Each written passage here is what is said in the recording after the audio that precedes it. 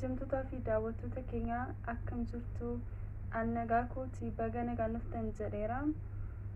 Gaaffiin gaafatamee jira isa deebisuuf fuuldura keessanitti dhiyaadheera. Nuuf galcha gara gaaffii keenya yeroo deemnu gaaffiin tokkoffaa Zinnuun eenyu isheenii? Eessatti dhalattee guddattee barnoota hangam barattee ammatti eessa jirta? Zinnuun aanadha intala Oromoo sabboontuu. Eessatti dhalattee? Shawaa Lixaa magaalaa Amboo ganda Duwwaa 5 keessattan dhaladhee achumattan guddadhee achumattan baradheesi. Barnoota hangam baratte kan jedhuuf hanga kutaa 10tti baradheera. Ammatti eessa jirta? Dubai keessan jira. TikTok irratti beekamtaa. TikTokii siif maali? TikTokiin anaaf faayidaa guddaan alaateera. Gadda koos gammachuu koos kan itti dabarfadhu tokkoffaa TikTokidha. Lammaffaan immoo akkan eenyummaa kootti boonu kan na godhe tokkoffaan TikTokidha. Kanaaf TikTokii baay'een jaaladha. Umuriin TikTokii nuuf haa dheeratu.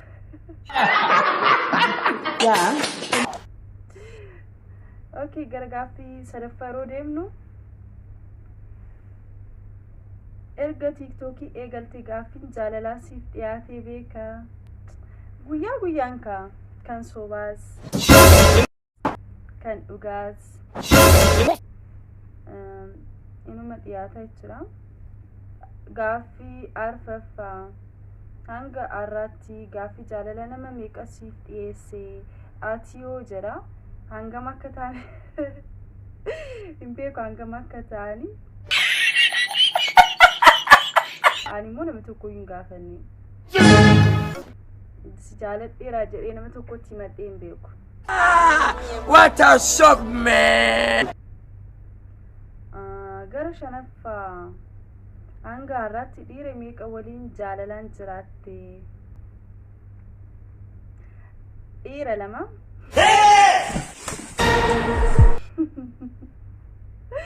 Dhiira 2 tokko hin deeme. Lammaffaan immoo amma yeroo kana kan na waliin jirudha jechuudha. Jaaffaa durbummaan durbaaf maali? Durbummaan durbaaf meerkurii beektu miti? Durbi tokko durbummaa qabdi taanaan akka meerkurii qabdu lakkooftu kabaja isheeti. Durbummaan kabaja durba tokkooti jechuudha. Torbaffaa otoo hin sobiini durbummaa qabda. Hin sobu hin qabu.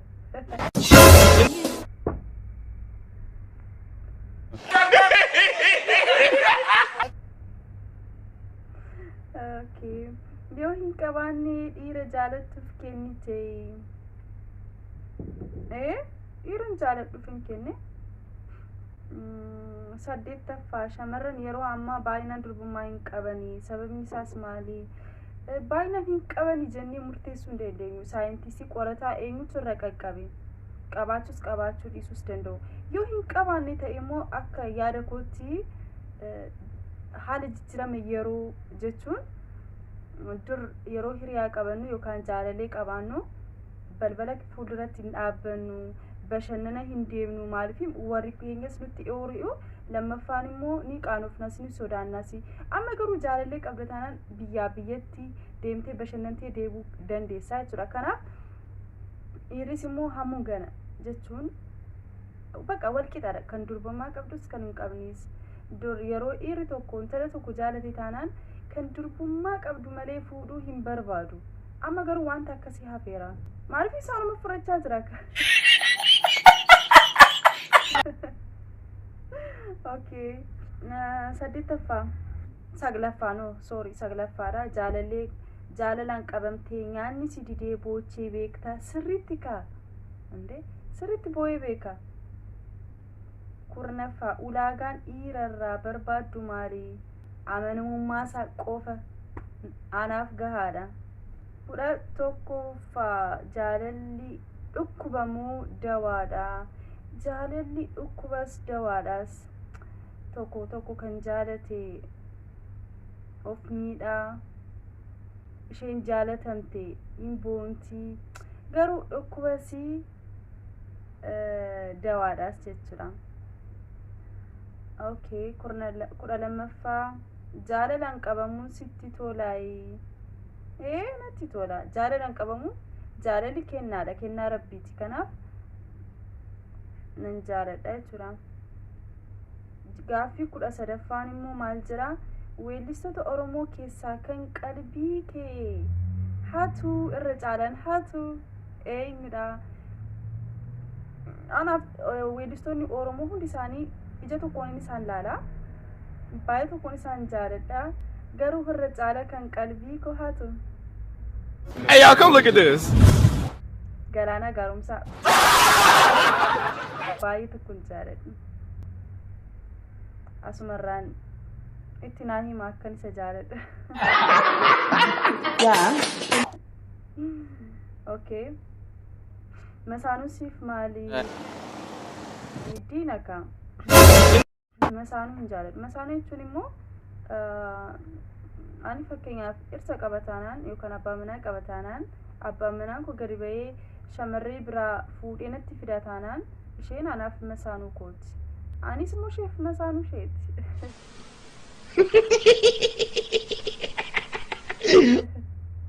Kanaaf masaanuun kanadha. Dhiira akkamii jaalatta? Dhiira sibiira harkisu yookaan jiimii hojjetu. Kana fufurdatu. Dhiira kana fufurdatu. Kana guddatu baay'ee tokkoon jaaladha.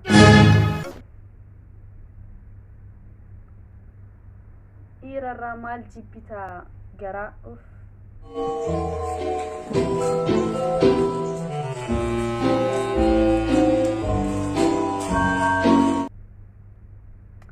Garaa akka Shimallis Abdiisaa garaa ruuriin jaaladha. Dhiira udduu guddatuuf garaa guddatuun jaaladha. What a shock, man! Okay. Gaaffii 17ffaa. Umuriin kee meeqa? Umuriin koo 25.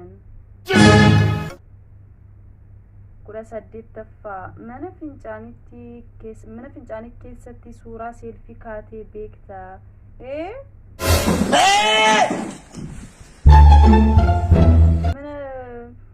Ani kanan inda'uun irra caalaan yeroon mana fincaanii seenu bilbila koo qabadheen seenaa. Suuraa koo baay'ee tokko natti tola.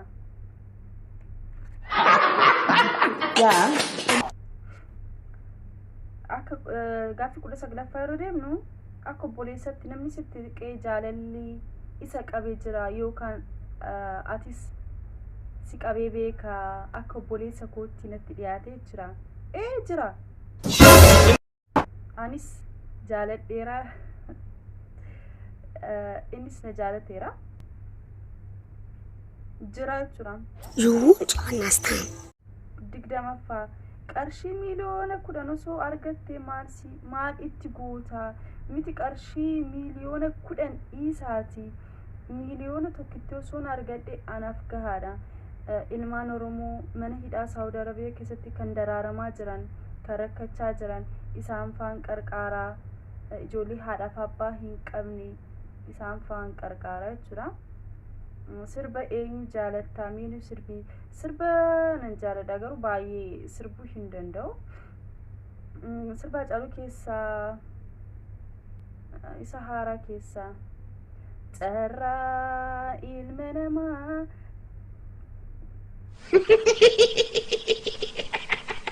qoy sirba Haacaaluu Hundeessaa keessaa iyyuu carraa ilma namaa jalqabaaf dhumasaa tilmaamuun ni ulfaata waan hundumaa keessaa ilmi namaa daggalaa ture buleet dabala ilmi namaa Dagala ture bulee dabala isinitti fufa.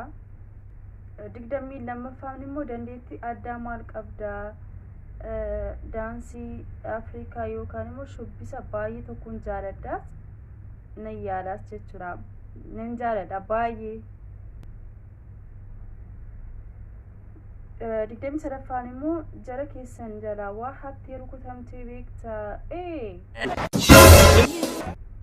Yeroo daa'imummaa koo qarshii obboleessa koo hatee na reebeera. Ergasii garuu erga reebamee dhiiseera jechuudha. Digdamii arfaffaan immoo ati ortodoksiidha. Nama amantaa biraa hordofuudha jaalallee osoo siif dhiyaate yookaan si qabee akkam gootaa? It is normal.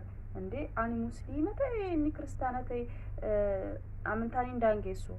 Amantaan hin daangessu. Amantii biraa hordofuu danda'a. Akkan amantii ku jaaladhutti kan isaas waan jaaladhuuf amma fakkeenyaaf ijoolleen musliima baay'ee jirti kan ani jaaladhu kan itti dhiyaadhu jiru kan waa'ee jaalalaa natti kaasan garuu it is normal rakkoo hin qabu. Ani yoon jaaladhe yoo inni na jaalate ta'e anis yoon isa jaaladhe ta'e amantii waan hin daangeessineef wal jaalachuu dandeenya. Kun sababa hin ta'u. Sinii galee digdamii shanaffaan immoo mudannoo addaa yoo qabaatte nuu himi. Mudannoo addaa hin qabu. Mudannoo addaa hin qabu. Hin qabu. Yeroo biraan sinitti hima. What's wrong with you? Dhumarratti ergaa dabarfatta yoo qabaatte dabarfachuu dandeessa. Okay, dhumarratti kanaan sinii dabarsuu barbaadu yaa ilmaan Oromoo kan gosaan wal qoodaa jiru hundi keenya tokko haa taanu. Bilisummaa barbaadna taanaan tokko taanee gurmoofnee waliin wal jaalannee wajjin jiraachuu wajjin qabsaa'uu qabna. Amma garuu yeroo kanarratti hundi keenya gandaan wal qoodaa jirra. Amantii wal qoodaa jirra. Oromoon tokkodha. Amantiinis gosaanis waliin qoodu. Hacaaluun waa baay'ee nu sirbee deeme ergaa nu laatee deeme ergaa sana nuti faayidaarra oolchuu qabna. Tokkummaa tokkummaa tokkummaa tokkummaa yaa ilmaanii Oromoo tokkummaa tokkummaa jedhee nu sirbeera miti hojiirra oolchuu qabna. Kanarraan kan hafe immoo qabsaa keenya obboleessa keenya isaa YouTube galaatii subscribe sheerii godhaa fi jajjabeessaa haa jajjabeessinu. Isa waan affeerteef guddaa galatoomii. Galanni keessan bilisummaa ta'u hundi keessan.